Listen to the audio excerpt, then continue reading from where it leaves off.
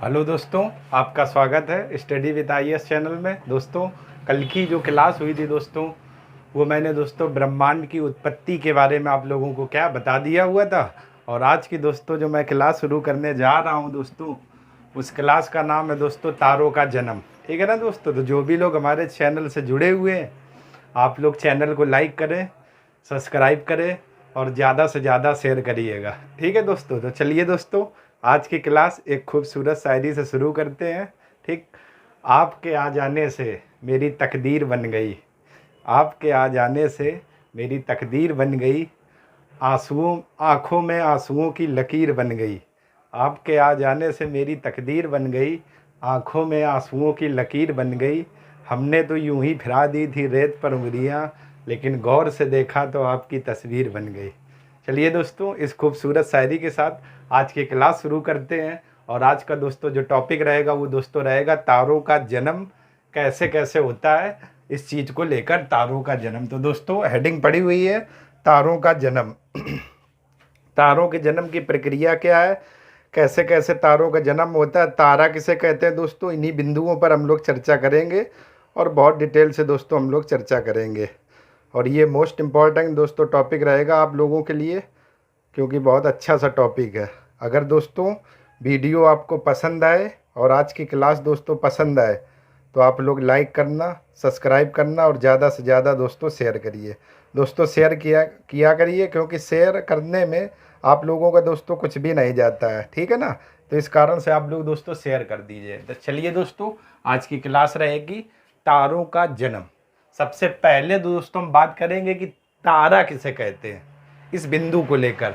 तो दोस्तों यहाँ पर सबसे पहले देख लेते हैं तारा। तो हेडिंग डालते हैं तारा, और तारा कहते किसे हैं, सबसे पहला इस बिंदु पर चर्चा करेंगे। ठीक। ऐसे खगोलीय पिंड जो लगातार स्वयं का प्रकाश व ऊष्मा उत्सर्जित करते हैं, उन्हें तारा कहते हैं। तो यहाँ पर दोस्तों हम लोग परिभाषा लिखते हैं, ऐसे खगोलीय पिंड, ऐसे खगोलीय पिंड जो लगातार, ठीक है ना दोस्तों, ऐसे खगोलीय पिंड जो लगातार स्वयं का प्रकाश एवं ऊष्मा उत्पन्न करते हैं, स्वयं का प्रकाश एवं ऊष्मा उत्पन्न करते हैं, स्वयं का प्रकाश एवं ऊष्मा उत्पन्न करते हैं,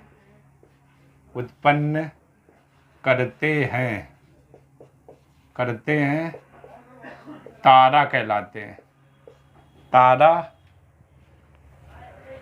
हैं, या उन्हें करते हैं, उन्हें तारा कहते हैं, उन्हें तारा कहते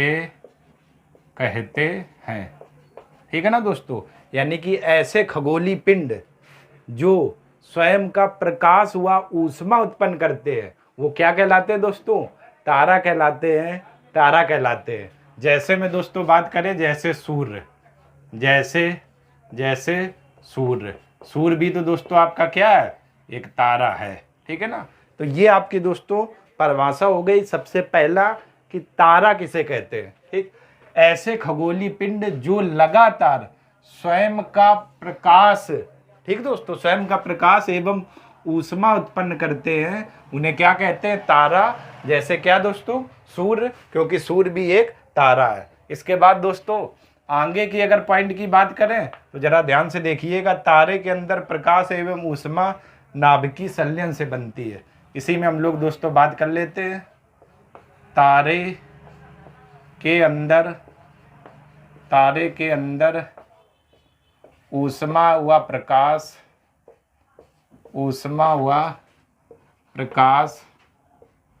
नाभिकीय संलयन के द्वारा होता है, नाभिकीय संलयन के द्वारा होता है, नाभिकीय संलयन के द्वारा होता है, नाभिकीय संलयन के द्वारा होता है। ठीक है दोस्तों? अब दोस्तों आपके मन में आ रहा होगा कि नाभिकीय संलयन किसे कहते हैं। तो यहाँ पर ये दोस्तों आपके लिए वर्डिंग है कि नाभिकीय संलयन। नाभिकीय संलयन का मतलब दोस्तों क्या हो गया, हाइड्रोजन का हीलियम में परिवर्तन होना क्या कहलाता है, नाभिकीय संलयन कहलाता है, नाभिकीय संलयन कहलाता है। यानी कि हाइड्रोजन किस में परिवर्तित होता है, हीलियम में, और इसी के द्वारा दोस्तों किसमें, प्रकाश को स्वयं का, तारों को स्वयं का प्रकाश और ऊष्मा मिलती है। और ये प्रकाश ऊष्मा किस क्रिया के द्वारा होती है दोस्तों, नाभिकीय संलयन के द्वारा ये क्रिया आपके होती है। ठीक है ना, नाभिकीय संलयन यानी हाइड्रोजन का हीलियम में परिवर्तित होना क्या कहलाता है, नाभिकीय संलयन, नाभिकीय संलयन कहलाता है। ठीक, इसके बाद दोस्तों बात करें एक सामान्य तारे में, एक सामान्य तारे में, एक सामान्य तारे में 70% हाइड्रोजन। दोस्तों ये आंकड़े ध्यान रखिएगा, एक सामान्य तारे में 70% क्या होती है, hydrogen. Most important 70% hydrogen, hydrogen 28% helium, 28% helium, 28% क्या दोस्तों, हीलियम, 28% हीलियम, 28% हीलियम, व 2% अन्य, व 2% अन्य गैसें पाई जाती हैं, अन्य गैसें पाई जाती हैं, वह 2% अन्य गैसें पाई जाती हैं।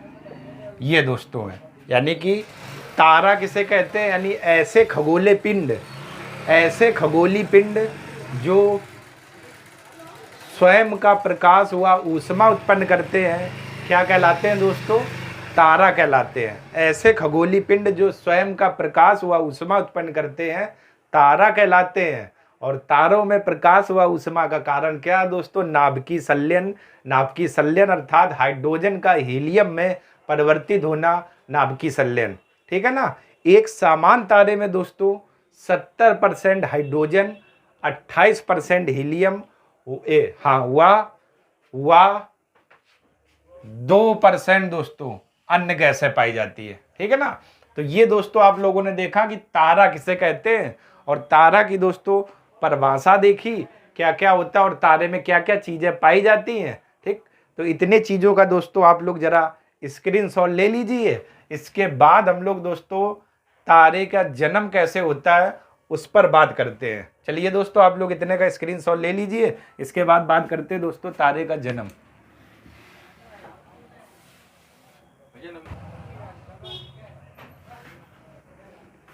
चलिए दोस्तों अब हम लोग बात करते हैं तारों का जन्म को लेकर, कैसे कैसे तारों का जन्म हुआ और क्या था, इन्हीं बिंदुओं पर दोस्तों हम लोग बात करते हैं तारों का जन्म। ठीक है दोस्तों, तो चलिए दोस्तों कल जब मैंने आपको ब्रह्मांड की उत्पत्ति के बारे में बताया हुआ था, तो मैंने बताया था अंतरिक्ष में आपका ग्रह, उपग्रह, पुच्छल तारा, सूर्य सब कुछ होते हैं, इसी को दोस्तों क्या बोला जाता है, ब्रह्मांड। अब दोस्तों तारों का जन्म कैसे होता है जरा देखिएगा। सबसे पहले दोस्तों बात करें क्या होता है कि गैस के ये छोटे छोटे आपके बादल होते हैं, इस तरीके से गैस के ये दोस्तों आपके क्या होते हैं, बादल होते हैं। गैस के ये क्या होते हैं, बादल होते हैं। धीरे धीरे ब्रह्मांड में ये आपके बादल आपके गैस के होते हैं, जिन्हें दोस्तों आप लोग क्या बोलते हो, गैस मेघ, गैस मेघ। और दोस्तों ये किस माध्यम में होते हैं, विरल माध्यम में होते हैं, ये विरल माध्यम में। ठीक है ना दोस्तों, किस माध्यम में होते हैं, विरल माध्यम में गैस के छोटे छोटे बादल। ठीक है ना, जिसमें हाइड्रोजन, हीलियम ये गैसें होती है, और ये किस माध्यम में होते हैं, विरल माध्यम में होते हैं। ठीक है ना, गैसों के बादल। ठीक, आगे दोस्तों होता क्या है, अभी ये दोस्तों दूर दूर फैले हैं, यानी विरल माध्यम है। आगे चलकर दोस्तों इनकी स्थिति क्या आती है कि जो ये गैस के बादल होते हैं दोस्तों, ये बहुत पास पास हो जाते हैं, इस तरीके से ये स्थिति ऐसी हो जाती है, गैसी बादल ये आपके इस तरीके से होते हैं दोस्तों, पास पास हो जाते हैं ये, यानी कि सघन माध्यम में ये आपके इस तरीके से हो जाते हैं। ठीक, जब विरल दोस्तों माध्यम होगा तो इसका मतलब यहाँ पर गुरुत्वाकर्षण जो बल होगा वो कम लगेगा। कहने का मतलब जैसे ट्रेन हो, ट्रेन के डब्बा दोस्तों अगर है, अगर आप उसमें 2 लोग बैठाइए, ठीक है ना, 2 लोग, तो इतनी आपको गर्मी का एहसास नहीं होगा। लेकिन अगर वही ट्रेन का डब्बा दोस्तों खचाखच आपका भरा हो, तो लोगों की इतनी गर्मी होगी कि आपको उमस टाइम में ऐसा लगेगा किसी तरीके से थोड़े कुछ हवा मिल जाए। ठीक, वही चीज़ दोस्तों यहाँ पर भी है। जब ये गैस के बादल आपस में बिल्कुल पास पास यानी कि सघन माध्यम में आ जाते हैं तो दोस्तों क्या होता है कि गुरुत्वाकर्षण बल जो होता है वो दोस्तों इन पर क्या अधिक लगता है, गुरुत्वाकर्षण बल। और दोस्तों ये जो गैस के धूल गैस कण, धूल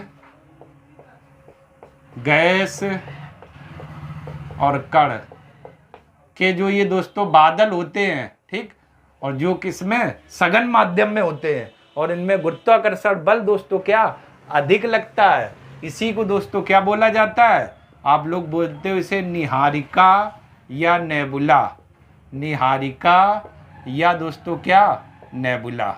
ठीक है ना दोस्तों, इसी को क्या बोला जाता है, निहारिका या नेबुला। जो ये धूप के क्या दोस्तों बादल होते हैं, इसी को दोस्तों आप लोग क्या बोलते हो, निहारिका या नेबुला। इसी को दोस्तों आप लोग क्या बोलते हो, निहारिका या नेबुला, जो ये धूप के आपके क्या बादल होते हैं। या दोस्तों इसी को बोला जाता है क्या, आदि तारा, आदि तारा।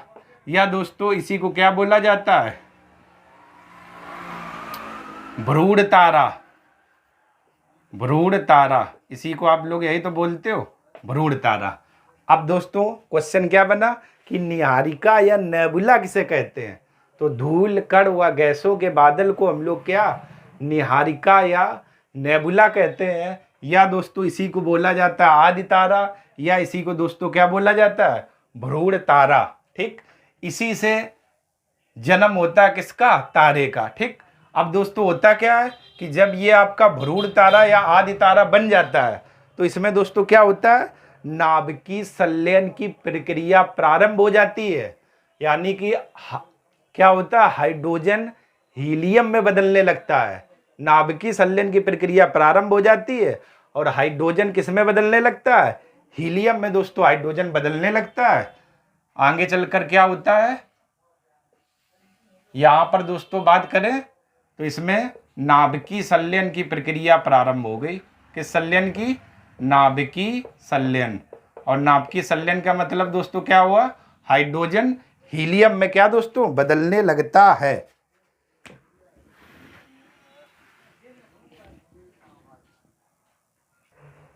चलने लगा, चलिए ठीक ठीक है दोस्तों। तो हम लोग बात कर रहे थे कि ये जो प्रथम अवस्था है तारे की, ठीक, जिसे आप लोग निहारिका, नेबुला, आदि तारा या भ्रूण तारा कहते हैं। और इसी के दोस्तों केंद्र में क्या होती है, नाभिकीय संलयन की अभिक्रिया होती है, अर्थात हाइड्रोजन किसमें, हीलियम में बदलने लगता है। अब आप दोस्तों बताइए, जब हाइड्रोजन नाभिकीय संलयन की क्रिया चल रही है और लगातार दोस्तों हाइड्रोजन किसमें, हीलियम में बदलता चला जा रहा है, बदलता चला जा रहा है, तो एक दोस्तों ऐसा समय आएगा कि यहाँ पर ईंधन की जो मात्रा होगी दोस्तों वो क्या धीरे धीरे क्या ईंधन क्या समाप्त होने लगेगा। ठीक, यानी कि 90 या 95% जब ये क्रिया नाभिकीय संलयन की चल रही है तो 90 या 95% जब ईंधन इसमें समाप्त हो जाता है दोस्तों, ठीक है ना, धीरे धीरे जब तारा अपनी अंतिम अवस्था में होता है तो ईंधन लगभग क्या समाप्त हो जाता है। और समाप्त होने पर दोस्तों होता क्या है, ये आपको तारा जो नजर आएगा लाल रंग का दिखाई देने लगता है। इस कारण से दोस्तों इस तारे को क्या बोला जाता है, लाल तारा या रक्तदानो तारा। ठीक है ना, यानी कि केंद्र में नाभिकीय संलयन की क्रिया होती है और हाइड्रोजन हीलियम में दोस्तों बदलने लगता है और ईंधन धीरे धीरे इसमें समाप्त हो जाता है। और यही तारा दोस्तों जब आप देखोगे तो लाल रंग का दिखाई देता है। इसी तारे को दोस्तों क्या बोला जाता है, लाल दानों या रक्त तारा। ठीक, आगे चलकर दोस्तों जब तारा अपनी अंतिम अवस्था में होता है, ठीक है ना, तारा जब अंतिम अवस्था में होता है और उसकी और उसमें नाभिकीय संलयन की जब प्रक्रिया चल रही होती है तो दोस्तों कुछ पदार्थ आपके होते हैं जो किसमें चेंज होते हैं, उनकी अगर बात की जाए अंतिम अवस्था में रक्तदानों में हीलियम दोस्तों क्या होता है, ये जो रक्तदानों है इसमें दोस्तों हीलियम, हीलियम आपका परिवर्तित होता है किसमें, हीलियम, हीलियम दोस्तों आपका ये परिवर्तित होता है हीलियम कार्बन में। ठीक है ना, कार्बन। और दोस्तों जो आपका कार्बन में, और कार्बन दोस्तों किसमें परिवर्तित होता है, लोहा में। कार्बन किसमें परिवर्तित होता है, लोहा में। ये दोस्तों स्थिति होती है। यानी तारा जब अपनी अंतिम अवस्था में होता है तो हीलियम कार्बन में परिवर्तित होता है और कार्बन लोहा में परिवर्तित होता है, और आगे चलने के बाद जब दोस्तों ये बहुत तेजी से परिवर्तित हो रहे होते हैं तो अचानक से इसमें एक दोस्तों क्या होता है, एक विस्फोट होता है दोस्तों, एक विस्फोट होता है, और एक विस्फोट होता है जिसे आप लोग दोस्तों क्या बोलते हो, सुपरनोवा विस्फोट। सुपरनोवा क्या, विस्फोट, सुपरनोवा विस्फोट, या दोस्तों इसी का दूसरा नाम क्या है, अभिनव तारा। ठीक है ना, सुपरनोवा विस्फोट या अभिनव तारा, ये दोस्तों है सुपरनोवा विस्फोट या अभिनव तारा। अभिनव तारा इसी को आप बोलते हो दोस्तों। ठीक है ना, यानी कि रक्तदानों में हीलियम कार्बन में, कार्बन लोहा में जैसे भारी पदार्थों में परिवर्तित होने लगता है। इसके बाद तारे में दोस्तों एक विस्फोट होता है जिसे सुपरनोवा विस्फोट कहते हैं या अभिनव तारा कहते हैं। जब दोस्तों ये इतनी स्थिति हो जाती है, अभिनव तारा या सुपरनोवा विस्फोट कहते हैं। इस विस्फोट के बाद तारा किस अवस्था में परिवर्तित होगा, ये तारा के द्रव्यमान और चंद्रशेखर सीमा पर निर्भर करता है। मतलब दोस्तों क्या हुआ, जब इसमें विस्फोट हुआ, उस विस्फोट का नाम है सुपरनोवा विस्फोट, या इसी को दोस्तों बोला जाता है अभिनव तारा। अब इस विस्फोट के बाद तारा किस अवस्था में बदलेगा, ठीक है ना, यानी तारे की अंतिम अवस्था अब क्या होगी, ये दोस्तों डिपेंड करेगा किस पर, या तो तारे के द्रव्यमान पर, तारे के द्रव्यमान, या दोस्तों चंद्रशेखर सीमा, चंद्रशेखर सीमा, ये दोस्तों है। यानी कि सुपरनोवा विस्फोट में जब तारे में जब विस्फोट होता है तो उसे सुपरनोवा विस्फोट कहते हैं। इस विस्फोट के बाद तारा किस अवस्था में बदलेगा, तारे में जब विस्फोट होता है जिसे सुपरनोवा विस्फोट कहते हैं, इस विस्फोट के बाद दोस्तों तारा किस अवस्था में बदलेगा, ये निर्भर करेगा तारे के द्रव्यमान या चंद्रशेखर की सीमा। अब दोस्तों चंद्रशेखर सीमा क्या होती है, 1.44 ms द्रव्यमान वाली की सीमा को दोस्तों क्या बोला जाता है, चंद्रशेखर सीमा कहते हैं, जहां पर ms सूर्य का द्रव्यमान होता है। ठीक है ना दोस्तों, यानी 1.4 ms द्रव्यमान को चंद्रशेखर सीमा कहते हैं, जहां ms सूर्य का द्रव्यमान होता है। ठीक, यदि तारे का द्रव्यमान चंद्रशेखर सीमा से कम हो, ठीक है ना, तो ये कंडीशन है। तो दोस्तों एक बार जरा इसी चीज को एक बार फिर रिकॉल कर लेते हैं और इसके बाद फिर हम लोग दोस्तों यहाँ से आगे बढ़ते हैं। ठीक, क्या दोस्तों स्थिति है, ये पहले तो ये जो गैस मेघ होते हैं, जो आपके धूल कण गैसों के होते हैं, ये विरल माध्यम में होते हैं। इसके बाद आगे दोस्तों चलकर ये बहुत पास आ जाते हैं, जो धूल गैस कणों के बादल होते हैं जिसे न्यारका या नेबुला कहते हैं। और जब ये दोस्तों पास आ जाते हैं तो इन पर गुरुत्वाकर्षण बल बहुत अधिक लगता है, और जिस कारण में इनमें नाभिकीय संलयन की प्रक्रिया प्रारंभ हो जाती है, अर्थात हाइड्रोजन हीलियम में परिवर्तित हो जाता है। और जब धीरे धीरे ही ईंधन लगभग समाप्त हो जाता है तो इस तारे की आप आकृति को जब ध्यान से देखोगे तो ये दोस्तों लाल कलर का दिखता है। इस कारण से इसे लाल दानों या रक्त दानों तारा भी कहते हैं। इस रक्त दानों या लाल दानों तारा में हीलियम कार्बन में बदलता है और कार्बन लोहा में। इसके बाद इसमें एक विस्फोट होता है दोस्तों, जिसे सुपरनोवा विस्फोट कहते हैं या अभिनव तारा कहते हैं। इस विस्फोट के बाद तारा किसमें बदलेगा, ये दोस्तों निर्भर करेगा तारे के द्रव्यमान या चंद्रशेखर सीमा। 1.4 ms द्रव्यमान को चंद्रशेखर सीमा कहते हैं, चंद्रशेखर सीमा कहते हैं। ठीक है ना दोस्तों, यहां पर मैं लिख देता हूं इसका दूसरा नाम भ्रूण तारा, भ्रूण तारा। ठीक, अब दोस्तों सुपरनोवा में जब विस्फोट हुआ तो विस्फोट के बाद तारा किस अवस्था में जाएगा, ये निर्भर करेगा तारे के द्रव्यमान और चंद्रशेखर सीमा। अब दोस्तों देखिए यहां से आपकी दो कंडीशन बनेंगी और उन दो कंडीशन पर बात करते हैं। जरा क्या कंडीशन है वो जरा देखिएगा। ठीक है ना, दो कंडीशन क्या है जरा देखिएगा। यदि तारों का द्रव्यमान चंद्रशेखर सीमा से कम है, यहां पर देखिए दोस्तों, यदि तारों का द्रव्यमान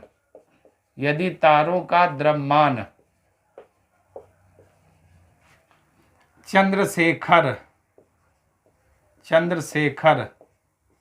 सीमा से कम है, सीमा से कम है। ठीक है ना। यदि तारों का द्रव्यमान दोस्तों चंद्रशेखर सीमा से कम है तो यह श्वेत बावन, तो यह दोस्तों जो तारा बनेगा जिसे आप लोग क्या बोलते हो, श्वेत बावन, श्वेत बावन। ठीक है ना। और इसी को दोस्तों क्या बोला जाता है, जीवाश्म तारा, श्वेत बावन या जीवाश्म तारा। और आगे चलकर दोस्तों यह किस में परिवर्तित हो जाता है, काला बावन में। जब ये ठंडा हो जाता है तो दोस्तों ये किस में बदल जाता है, काला बावन, या जिसे दोस्तों आप लोग क्या बोलते हो, ब्लैक होल, काला बावन। ठीक है ना, काला बावन। इसके बाद यदि तारे का द्रव्यमान चंद्रशेखर सीमा से अधिक है, एक तो कंडीशन दोस्तों ये हो गई, दूसरी है यदि तारे का द्रव्यमान, तारे का द्रव्यमान, तारे का द्रव्यमान चंद्रशेखर सीमा से अधिक है, चंद्रशेखर सीमा से क्या दोस्तों, अधिक है। दोस्तों मैंने ये एरो लगा दिया है, यदि तारे का द्रव्यमान चंद्रशेखर सीमा से अधिक है, तो मैंने यही एरो लगा दिया है। तो दोस्तों क्या होता है,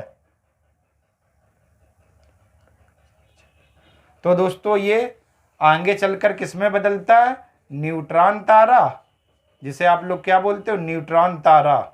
और न्यूट्रॉन तारा आगे चलकर दोस्तों ये किस तारे में परिवर्तित होता है, ठीक है ना, कृष्ण छिद्र या ब्लैक होल, कृष्ण छिद्र या ब्लैक होल, कृष्ण छिद्र या ब्लैक होल। ठीक, ब्लैक होल। ये दोस्तों आपकी क्या है, कंडीशन है। ठीक है ना दोस्तों, कृष्ण छिद्र या ब्लैक होल।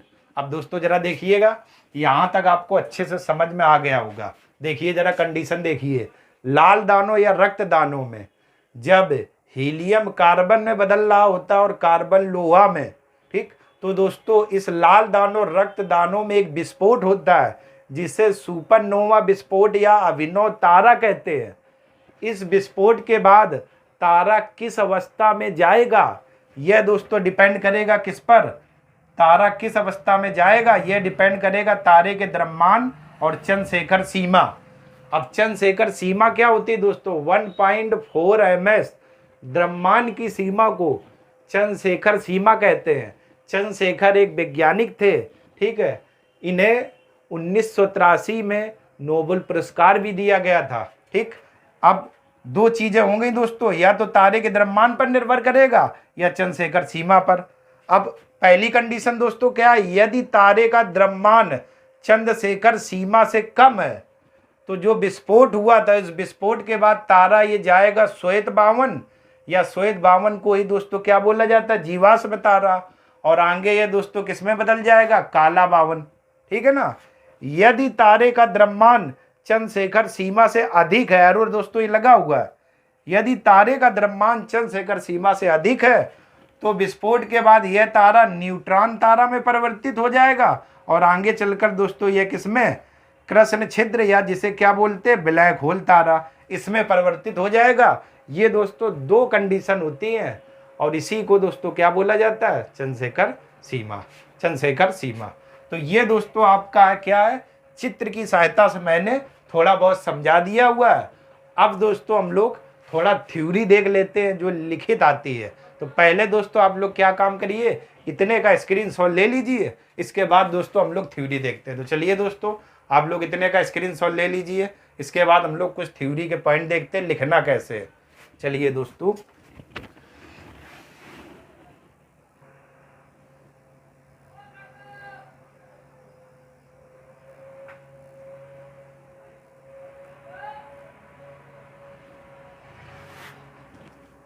तो दोस्तों आप लोगों ने देख लिया तारे का निर्माण कैसे होता। अब दोस्तों इसी की थ्योरी देख लेते हैं कैसे आपको लिखना है। तो चलिए दोस्तों बात करते हैं, देखते हैं जरा थ्योरी को। तो दोस्तों आप लोग लिखिए, तारे का निर्माण, तारे का निर्माण, तारे का निर्माण अंतरिक्ष में उपस्थित, अंतरिक्ष में उपस्थित, अंतरिक्ष में उपस्थित हाइड्रोजन और हीलियम, हाइड्रोजन, हाइड्रोजन और हीलियम, हाइड्रोजन और हीलियम गैसों संघनन से होता है, गैसों के संघनन से होता है। ठीक है ना दोस्तों। तो ये आपका दोस्तों पहला पॉइंट है, यानी तारे का निर्माण हाइड्रोजन और हीलियम के गैसों के संघनन से होता है, जिसके पश्चात घने बादलों का निर्माण होता है, जिसके पश्चात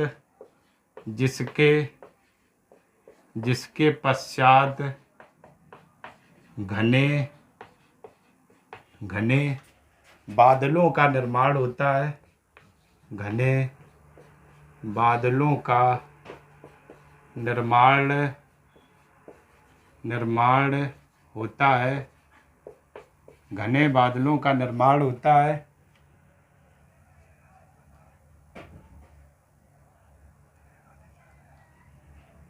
घने बादलों का निर्माण होता है, जिसे निहारिका या इसी का नाम है नेबुला, या दोस्तों इसी का नाम है आदि तारा, या दोस्तों इसी का नाम है भ्रूण तारा कहते हैं। ठीक है ना, जिसे निहारिका नेबुला दोस्तों, ठीक है ना, नेबुला या इसी दूसरा नाम है क्या, आदि तारा या भ्रूण तारा कहते हैं।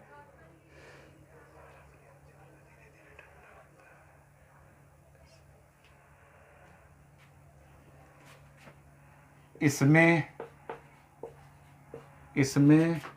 नाभिकीय संलयन की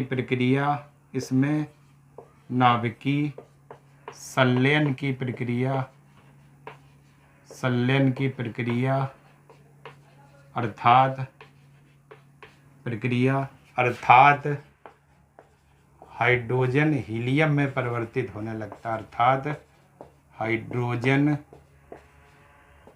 हीलियम में परिवर्तित होने लगता है, अर्थात हाइड्रोजन हीलियम में परिवर्तित होने लगता है, परिवर्तित होने लगता है। ठीक है ना दोस्तों, अर्थात हाइड्रोजन हीलियम में क्या परिवर्तित होने लगता है। इसके बाद अगला पॉइंट की दोस्तों बात करें, तारा अपनी अंतिम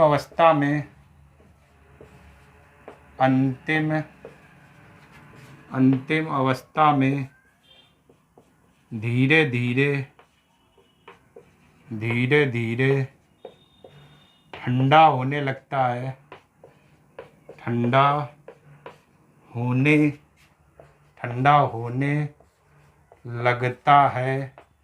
होने लगता है, जिसके कारण यह लाल रंग का दिखाई देता है, लाल रंग का दिखाई देता है। ठीक है ना दोस्तों, ये सारे पॉइंट दोस्तों मैं बता चुका हूँ और आपको मैंने अच्छे से फिगर में क्या समझा भी दिया, बस मैं वही थ्योरी लेकर रहा हूँ, जिसके कारण यह लाल रंग का दिखाई देता है। इसे ही रक्तदानों कहते हैं, इसे ही रक्तदानों कहते हैं।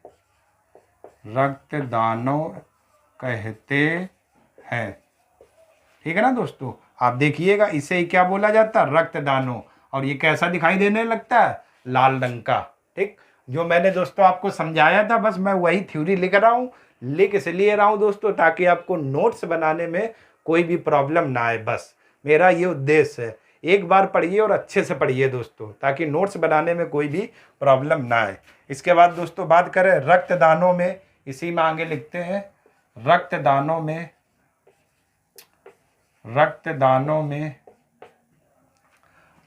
हीलियम कार्बन में हीलियम हीलियम कार्बन में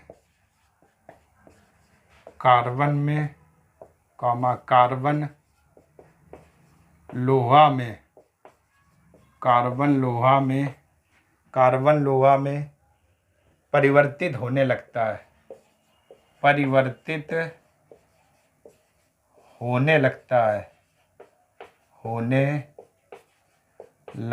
है, ठीक है ना। हीलियम कार्बन में और कार्बन लोहा में दोस्तों क्या परिवर्तित होने लगता है। इसके पश्चात तारों में एक विस्फोट होता है।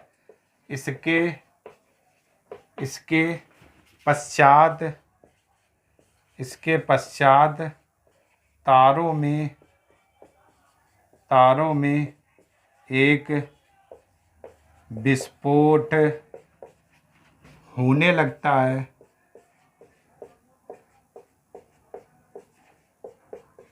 है जिसे सुपरनोवा विस्फोट कहते हैं,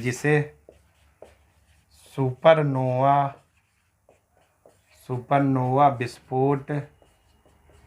विस्फोट या अभिनव तारा कहते हैं।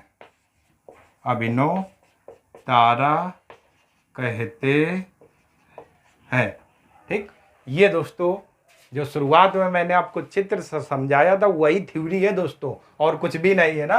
तो एक बार देख लेते हैं दोस्तों, समझिएगा इस थ्योरी को। यानी तारे का निर्माण अंतरिक्ष में उपस्थित हाइड्रोजन और हीलियम गैसों के संघनन से होता है, ठीक है ना, जिसके पश्चात घने बादलों का निर्माण होता है। मैंने दोस्तों बताया था गैस और धूल के बादल जो होते हैं वो पहले विरल होते, फिर इसके बाद पास आ जाते हैं, जिसे आप लोग दोस्तों क्या निहारिका या नेबुला कहते हो। तो वही दोस्तों लिखा हुआ है, जिसके पश्चात घने बादलों का निर्माण होता है, जिसे निहारिका, नेबुला या आदि तारा या दोस्तों क्या भ्रूण तारा कहते हैं। इसमें नाभिकीय संलयन की प्रक्रिया अर्थात हाइड्रोजन हीलियम में परिवर्तित होने लगता है। तारा अपनी अंतिम अवस्था में धीरे धीरे ठंडा होने लगता है, जिसके कारण यह दोस्तों कैसा लाल रंग का दिखाई देता है। इसी कारण इसे दोस्तों क्या रक्तदानों कहते हैं। रक्तदानों में हीलियम कार्बन में और कार्बन लोहा में परिवर्तित होने लगता है। इसके पश्चात तारों में एक विस्फोट होने लगता है, जिसे सुपरनोवा विस्फोट या अभिनव तारा कहते हैं। इस विस्फोट के बाद तारा किसमें बदलेगा, ये दोस्तों डिपेंड करेगा तारे के द्रव्यमान और चंद्रशेखर सीमा पर। क्लियर दोस्तों, जो मैंने अभी बताई थी। तो चलिए दोस्तों, पहले आप लोग एक काम करिए, इतने का स्क्रीनशॉट ले लीजिए। इसके बाद इसी के आगे मैं आपको विस्फोट के आगे की कहानी बताता हूँ। तो चलिए आप लोग दोस्तों स्क्रीनशॉट ले लीजिए इतने का, इसके बाद विस्फोट की आगे की मैं कहानी बताता हूँ।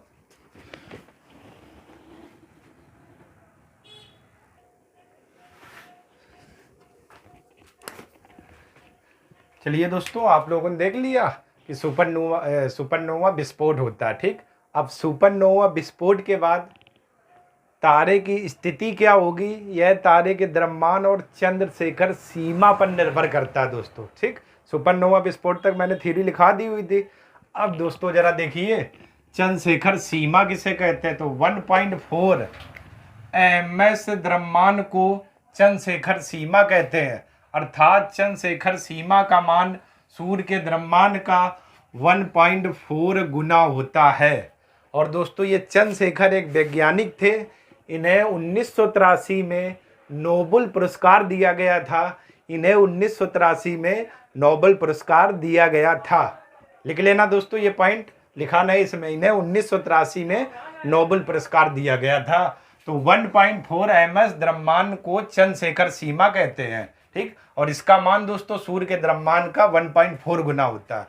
अब यहाँ पर दोस्तों दो कंडीशन बनेंगी। पहली क्या है, यदि तारे का द्रव्यमान चंद्रशेखर सीमा से कम और यदि तारे का द्रव्यमान चंद्रशेखर सीमा से अधिक।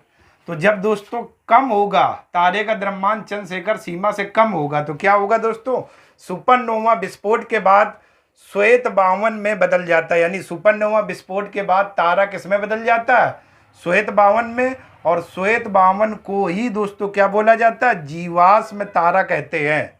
ये स्थिति कब की है, जब यदि तारे का द्रव्यमान चंद्रशेखर सीमा से कम हो, तो सुपरनोवा विस्फोट के बाद तारा श्वेत बावन में बदल जाता है और श्वेत बावन को ही जीवाश्म तारा कहते हैं। श्वेत बावन ठंडा होकर काला बावन में बदल जाता है। यदि तारे का द्रव्यमान चंद्रशेखर सीमा से कम है तो सुपरनोवा विस्फोट के बाद तारा श्वेत बावन में बदल जाता है, और श्वेत बावन को ही दोस्तों जीवाश्म तारा कहते हैं, और ये ठंडा होकर अंत में किस में बदल जाता है? काला बावन में बदल जाता है। दूसरी कंडीशन क्या है? यदि तारे का द्रव्यमान चंद्रशेखर सीमा से अधिक है तब क्या होगा? तो इस अवस्था में तारे के नाभिक के इलेक्ट्रॉन नाभिक को छोड़कर बाहर निकल जाते हैं। यानी यदि तारे का द्रव्यमान चंद्रशेखर सीमा से अधिक है तो इस अवस्था में तारे के नाभिक के इलेक्ट्रॉन नाभिक को छोड़कर दोस्तों कहाँ निकल जाते हैं? बाहर निकल जाते हैं, और नाभिक में केवल दोस्तों क्या बचे होते हैं? न्यूट्रॉन बचे रहते हैं। इसे ही न्यूट्रॉन तारा कहते हैं। फिर दोस्तों देखिए, तो इस अवस्था में तारे के नाभिक के इलेक्ट्रॉन नाभिक को छोड़कर बाहर यानी चले गए। जैसे तारे में दोस्तों ये यहाँ ये तारा, यहाँ पर ये नाभिक है, तो ये नाभिक में जो इलेक्ट्रॉन है ये दोस्तों इस जगह को छोड़कर क्या बाहर निकल जाते हैं, और इसमें केवल और केवल क्या न्यूट्रॉन बचा रहता है। इसे ही न्यूट्रॉन तारा कहते हैं। और न्यूट्रॉन के कण दोस्तों बहुत तेजी से चक्कर लगाते हैं, जिसे पल्सर कहते हैं, जिसे पल्सर कहते हैं। ठीक है ना दोस्तों? पल्सर गाड़ी वाला पल्सर नहीं, ये दोस्तों न्यूट्रॉन की बात हो रही। बहुत तेजी से चक्कर लगाते हैं दोस्तों, जिसे क्या बोला जाता है? पल्सर कहते हैं, पल्सर कहते हैं। क्लियर दोस्तों? तो चलिए दोस्तों, आप लोग जरा इतने का स्क्रीनशॉट ले लीजिए। इसके बाद एक दो पॉइंट और बचे हैं, उन पर भी हम लोग बात कर लेते हैं। आप लोग दोस्तों जरा इतने का स्क्रीनशॉट ले लीजिए।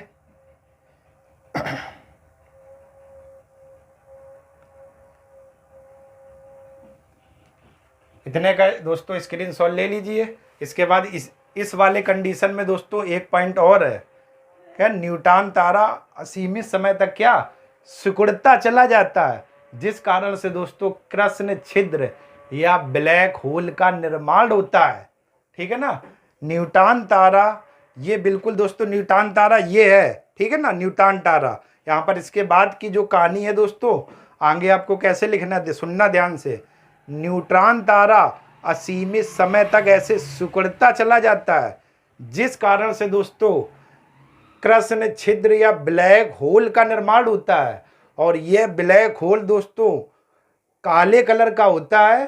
ठीक? और इसमें सूर्य की किरणें भी प्रवेश नहीं कर पाती हैं। ठीक है ना? यानी न्यूट्रॉन तारा जो दोस्तों ये होता है, यह असीमित समय तक सिकुड़ता चला जाता है, और जिस कारण से दोस्तों क्या कृष्ण छिद्र या ब्लैक होल का निर्माण होता है। इस कृष्ण छिद्र या ब्लैक होल में सूर्य की किरणें भी प्रवेश नहीं कर पाती हैं। क्लियर दोस्तों ना? पहले दोस्तों आप लोग इतने का स्क्रीनशॉट ले लीजिए, इसके बाद हम लोग आगे बात करते हैं।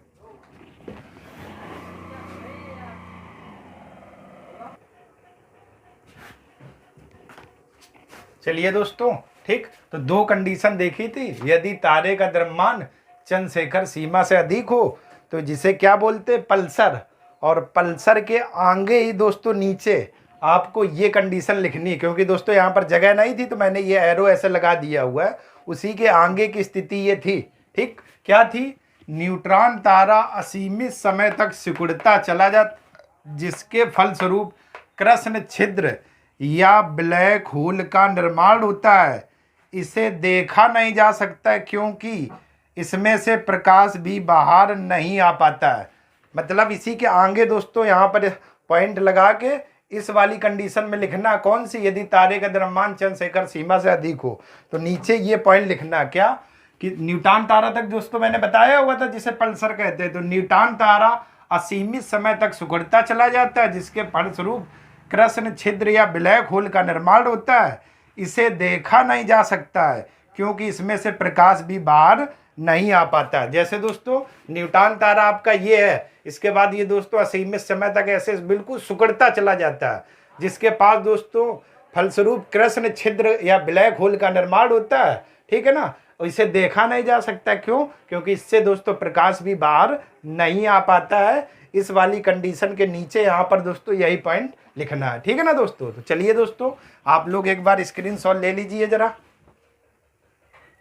चलिए दोस्तों, आप लोगों ने स्क्रीनशॉट ले लिया होगा, तो आज की क्लास दोस्तों यहीं तक रखते हैं। कल मैं बात करूंगा तारे के रंग, तारे की उम्र और ध्रुव तारा, सप्तऋषि तारा, तारामंडल, नक्षत्र तारा क्या होते हैं, इन बिंदुओं पर बात करूंगा। अगर दोस्तों आपको मेरा वीडियो पसंद आया है, ठीक है ना, तो आप लोग लाइक करें, सब्सक्राइब करें और ज़्यादा से ज़्यादा दोस्तों शेयर करिएगा। तब तक के लिए दोस्तों आप सभी लोगों का मैं बहुत बहुत धन्यवाद करता हूं और माँ सरस्वती से प्रार्थना करता हूं कि आपका जीवन हमेशा आनंदमय हो। तब तक के लिए आप सभी लोगों का धन्यवाद।